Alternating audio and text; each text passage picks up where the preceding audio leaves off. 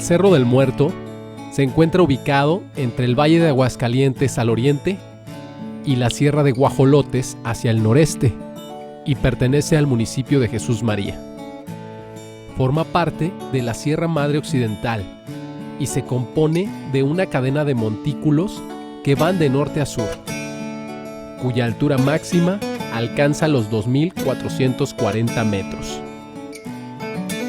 A menudo, el imaginario social asocia su morfología a la de un ser humano acostado en el suelo.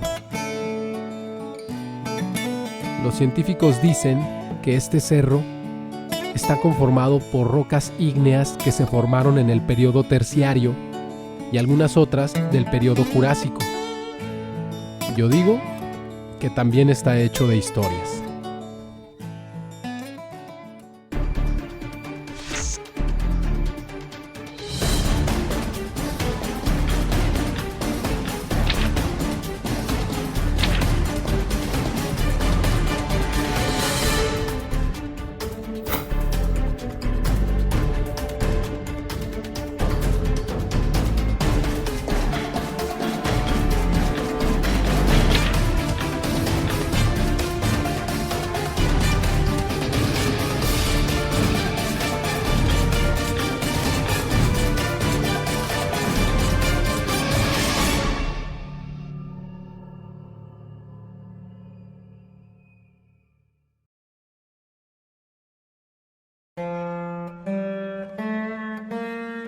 Para los que vivimos aquí, el Cerro del Muerto es un lugar especial. Desde que somos pequeños, los aguascalentenses sentimos gran curiosidad por explorarlo y escalar entre sus inclinadas laderas y cañadas, esperando encontrar un lugar especial que pueda desafiar a la imaginación. De niño siempre me imaginé que era como un gigante que tenía sus manos, estaba acostado boca arriba con sus manos en el pecho y el Cerro del Picacho formando sus piernas, sus pies, sus rodillas y su cabeza acá, de este lado. Bueno, de hecho hay una leyenda, Se dice que es un gigante acostado, como dormido, que se levanta todas las noches, recorre hasta la ciudad, regresa, hace una vigilancia primero sobre la ciudad como un vigilante. De hecho es el vigilante de la ciudad. Recorre la ciudad, regresa, se vuelve a acostar y toma su forma de un muerto, que es la forma clásica que conocemos del Cerro del Muerto. Como la de un muerto en su caja. Claro, así es.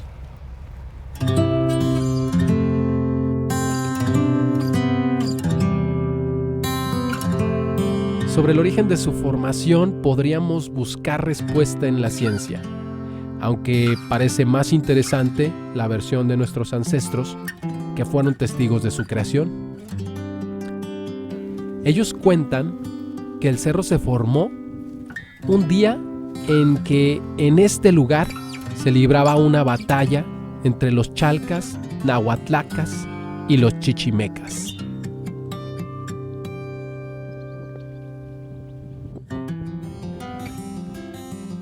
El Cerro del Muerto guarda una historia muy misteriosa, ¿no? Tiene que ver mucho con el origen de Aguascalientes y desde mucho antes de que naciera Aguascalientes. Se dice que por aquí se juntaron algunas tribus. Fueron los chalcas, los nahuatlacas y los chichimecas. Se juntaron aquí, pero antes de que estuviera el Cerro del Muerto. El Cerro del Muerto no existía. Se juntaron aquí con el fin de ver cómo se distribuían, hacia dónde partían para formar diferentes pueblos. Pues en eso estaban. Cada tribu venía acompañada por un sacerdote, que eran personas muy grandes, muy corpulentas, son los gigantes. Y al sacerdote de los chichimecas se le ocurrió meterse a bañar al charco de la cantera, que está en aquella dirección. Y ya no salió, se perdió en el agua. Aparentemente se perdió. Y estuvieron esperándolo, sobre todo los chichimecas, durante varios días, y no aparecía. Llegó un momento en que ellos pensaron que le habían matado a alguna de las tribus enemigas, los chalcas. Y como no aparecía, fueron a pelear contra los chalcas. Y empezó la pelea, unos contra otros, a flechazos, lanzazos. Una guerra. Una guerra completa. Y es cuando aparece el sacerdote desaparecido. Cuando ve que están peleando, trata de calmarlos. Si no se peleen, porque pues yo estaba tratando de formar nuevos manantiales, nuevos ojos de agua, porque los sacerdotes formaban los ojos de agua. Las aguas termales de Aguascalientes. Aguas termales, los manantiales, lo que hacían es que hacían un hoyo en la arena, en el suelo. Echaban agua de su guaje que cargaban, un poco de sal, y luego lo tapaban. Y se formaba. A los 2-3 años se formaba un manantial. Y eso estaba haciendo el sacerdote desaparecido. Durante la batalla aparece el sacerdote. Están peleando los chichimecas contra los chalcas. Él aparece y es atravesado por una flecha que le atraviesa el corazón. Y se va caminando rumbo a la cantera, arrojando sangre de la herida. Y es por eso que se dice que la tierra es colorada. Cuando cae, ya muerto, cae sobre el pueblo chichimeca, dando forma al Cerro del Muerto. Por eso se dice que abajo del Cerro del Muerto está el pueblo chichimeca, junto con los tesoros que ellos habían acumulado durante mucho tiempo. Y ahí están todavía ocultos los tesoros. Hay gente que los ha buscado sin encontrarlos. Ahí donde dicen que algunos se han vuelto locos de lo que han visto, de la impresión, pero nunca los han encontrado. Los tesoros ahí siguen.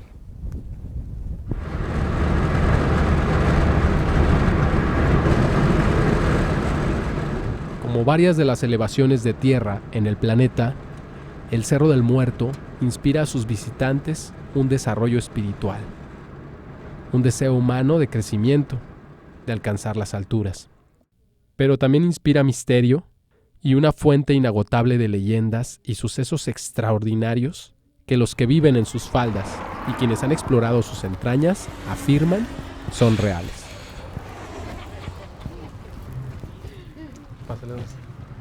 Buenas tardes. Buenas tardes. Buenas tardes, señora. Cuéntanos un poquito de cómo se llamaba el señor que vivía allá arriba. Se llamaba Don Felipe. Cuéntanos un poquito de nuevo, ¿no? Ese señor vivió muchos años ahí cerca de lo que es la capilla, que es ahorita una casa particular. Y el señor se encargaba de que no brincaran las cercas de un lado a otro los animales. Y él vivía ahí cerquitas de donde es la capilla. Dices que un día vio algo, ¿no? Sí, el señor platicaba que un día vio algo y fue tanto su impresión y que se asustó y ya no quiso vivir ahí. De repente sí, que se ven luces. Una vez una maestra y su esposo también es profesor, vinieron muy temprano al cerro, andaban ahí arriba y decían que veían unas luces muy raras, creo que de un color verde. Eso fue lo que me platicaron, pero bien, o sea, fue un comentario que yo dije, bueno, pues igual muchas de las veces lo crees, no lo crees. Pero eso es lo que se ha visto, igual que hay pues manifestaciones de campos de energía, pero ya estando arriba, en la noche, supuestamente sí hay personas que lo han visto, pero a mí no me consta. Muy bien, que tengan un bonito día. Cuídense mucho. Gracias. Eso veremos. A menudo surgen historias de misterio alrededor del Cerro del Muerto. Una de ellas sugiere la hipótesis de que existe un campo magnético que hace posible el viaje por el tiempo, aunque científicamente esta teoría no cuenta con el sustento necesario. Durante el equinoccio de primavera, grupos de personas acuden a la cima del Cerro del Picacho para recargar su energía vital, atribuyendo esto a la aparición de una zona de energía conocida como foco tonal.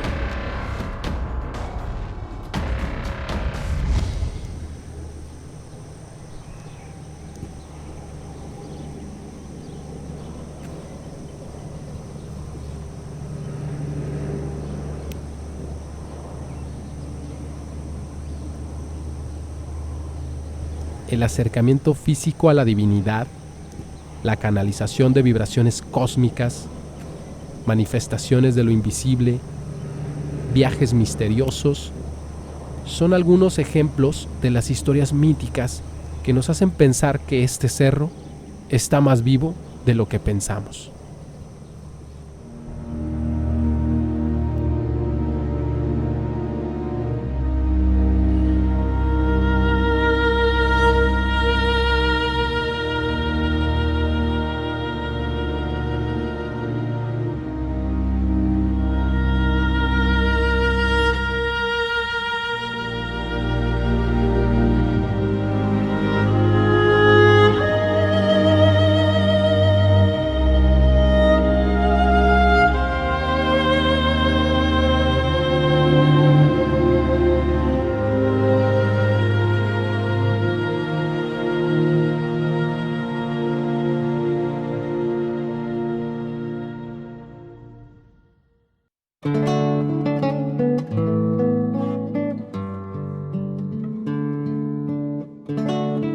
Quizá la conseja más popular sea la que cuenta que bajo el Cerro del Muerto existe una red de túneles, donde se esconde uno de los más grandes tesoros acumulados por los chichimecas, quienes asaltaban las caravanas que venían de Zacatecas por el Camino Real de la Plata, que precisamente pasaba por el centro de Aguascalientes.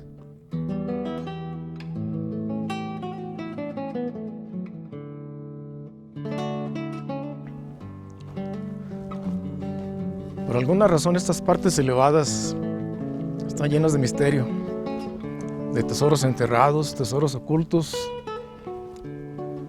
Son centros de energía. Se habla hasta de avistamientos de ovnis, fíjate. De ovnis por aquí se dice que son centros donde aterrizan los ovnis.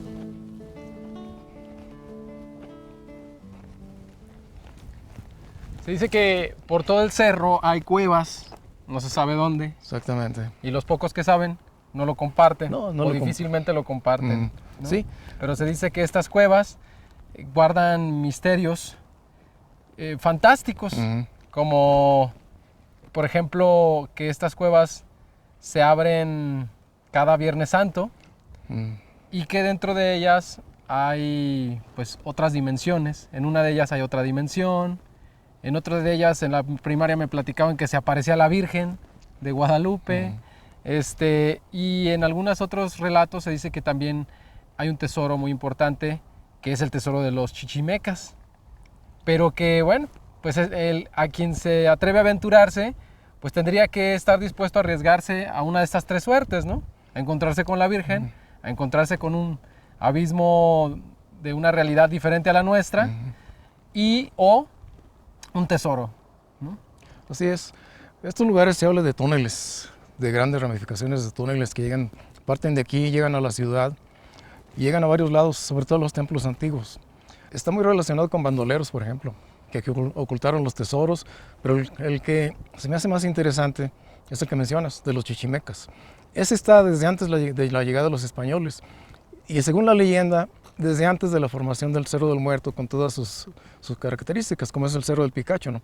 Que viene siendo los pies del Cerro del Muerto. Desde los chichimecas se habla de tesoros, que ellos los dejaron ocultos aquí. Y te digo, eso viene desde antes de la formación del cerro. Y que tienen esa maldición. Claro, hay una maldición, como todos los tesoros. Muchos de los tesoros es dinero mal habido, tesoros mal habidos. Los bandoleros, pues para hacerse de eso, mataron mucha gente. Destruyeron hogares, mataron gente. Entonces, de alguna forma, vienen con una energía negativa. Por eso es que mucha gente no los puede encontrar. Y se habla de gente que sube los cerros, los explora, entra a las cuevas, pero nunca encuentra los tesoros. Y siguen ahí los tesoros. Hay una leyenda, un cuento popular que no es propio nada más del Cerro del Muerto, también es propio de otros cerros en otros estados, que es el de personas que se han aventurado a entrar a las cuevas que están dentro de los cerros, que específicamente lo hacen el Viernes Santo, y que generalmente que quien se equivoca de cueva pues sale en otro tiempo, ya pasó el tiempo, ya murieron sus amigos, murió su familia y entra a una dimensión pues totalmente desconocida. Dimensión diferente. Una dimensión diferente.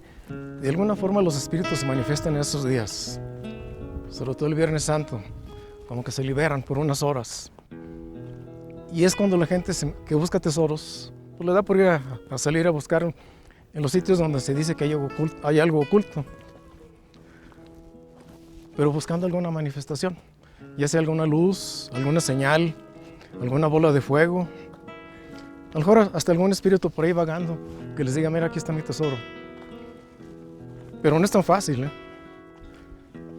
Siempre para llegar a un tesoro se requiere mucho trabajo.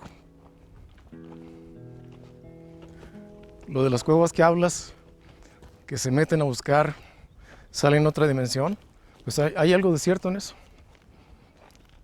Los ambiciosos se pierden en la cueva, o no encuentran la salida, o la salida se cambia. Y lo clásico, la voz que les dice o todo o nada. Encuentran el tesoro, pero la voz les dice o te llevas todo o no te llevas nada, o aquí te quedas.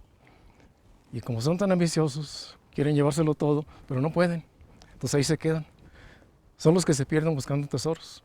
Ya nunca se sabe de ellos. Y probablemente este tipo de historias traten de explicar por qué tanta gente se pierde en los cerros buscando tesoros. Fíjate que sí, y curiosamente puede ser que hayan encontrado algún tesoro, pero era tanta la ambición que se lo quisieron llevar todo y no pudieron.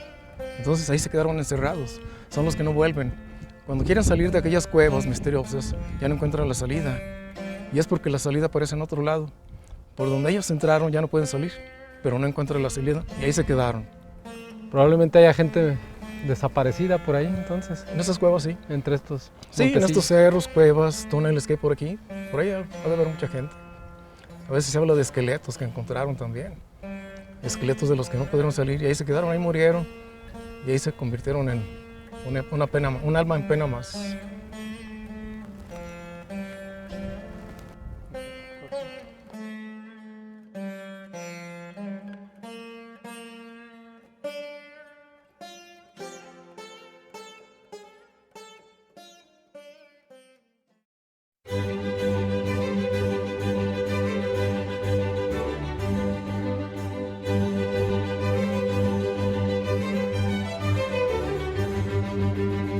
Porque esos túneles iban de la casa al templo. Ciro, Sí. ¿Qué hubo, Daniel? ¿Qué pues? ¿Qué tal? Hola, ¿qué tal? Muy ¿Cómo buenas está? tardes.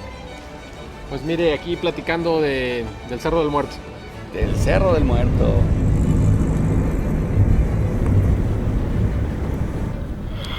Hay una historia muy interesante que la relata Rafael Correa en su libro. Él escribe una novela llamada El Talismán Perdido y él habla precisamente sobre las correrías de Juan Chávez, en la que él nos indica que hay toda una serie de bocas que conectan a los diferentes túneles que parten aquí de las faldas del Cerro del Muerto. Incluso habla del Cerro del Picacho, que son los pies del muerto, en el que pues Juan Chávez decide atacar a la población. En aquellos años, bueno, la madrugada del 11 al 12 de abril es cuando decide introducirse junto con su gavilla a los túneles.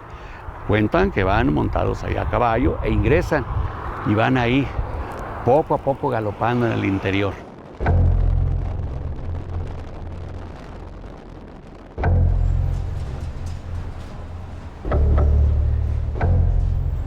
Juan Chávez, desde que entró al túnel aproximadamente a las 2 de la mañana, según cuenta el relato, alrededor de las 4 de la tarde, se vienen caminando por todo el interior del túnel. Incluso es importante destacar que pues, venían montados en sus caballos. Tramos a caballo y tramos se bajaban de los caballos para poder seguir por los túneles. Por eso el relato nos cuenta que alrededor de las 4 de la tarde pasan bajo lo que era el antiguo Camposanto de Guadalupe y sigue su travesía. Incluso se dice que para darse valor, de tramo en tramo traían botellas de mezcal en sus alforjas. Traían ahí botellas de mezcal que de trago en trago se daban el valor, e incluso el relato va más allá porque lo hace con toda una emoción, en el que describe que se vaciaban en la mano en algún trapo y le daban de beber al caballo, y también el caballo se envalentonaba y ahí iban. Por eso venían a través del túnel hasta llegar bajo lo que es el templo actual de la Merced o del Rosario, como también mucha gente le llama, dado que la tiene la Orden de los Dominicos. Esta calle, como ahorita la vemos, pues no era como tal como ahorita está, sino que en aquel tiempo, bueno, pues tenía, sí era la calle, tenía otra distribución, otras fincas, otras casonas, pero se cuenta que aquí existía un gran atrio y en esta otra parte del frente había una fuente, por lo que a un costado de la fuente había una especie de puerta en la que ellos salieron con todo y sus caballos. Salieron y nadie se dio cuenta precisamente de que venían a asaltar la población.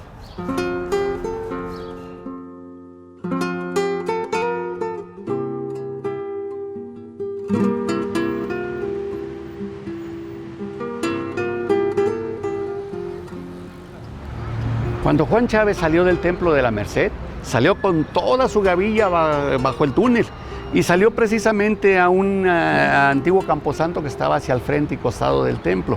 Ahí había una plazoletita con una fuente, sale toda la gavilla y agarra en descuidado, por sorpresa, a toda la población. En aquellos años la zona comercial era precisamente en este lugar, en la llamada, en lo que fue el primer Parián, porque este es el tercero de ellos. toda la zona comercial se distribuía precisamente en la calle de nuestro Padre Señor San Francisco, que hoy es la calle de Juárez, que luego se complementa con la parte del Parián. El Parián, bueno, era una especie de periferia con tendajones, a lo que llega toda la gavilla junto con Juan Chávez y empiezan pues a amenazarlos a que se rindan ante el asalto. Todos aquellos tendajones que, bueno, de hecho por la sorpresa no pudieron cerrar, pues se niegan, y la gavilla o Juan Chávez son los que empiezan a arrojar sus antorchas al interior de los negocios. Así es que el incendio no solamente aparece en un solo lugar, sino que en diferentes lugares es como va brotando el incendio, hasta que finalmente cuenta la historia que gran parte del primero de los Parianes, porque este es el tercero, es el que se incendia, ¿no? Como y repito, todos estos hechos el 12 de abril de 1863. Y no solamente dura ese día, todavía el día 13 sigue con los asaltos en los tendajones de la periferia. Cuenta la historia que aquí permaneció desde abril hasta diciembre de ese mismo año, porque ya traíamos la parte del fusilamiento de José María Chávez Alonso por parte de los franceses en la hacienda de Malpaso. De ahí se desencadenan otros hechos, que es donde toma posesión como jefe político de Aguascalientes Juan Chávez.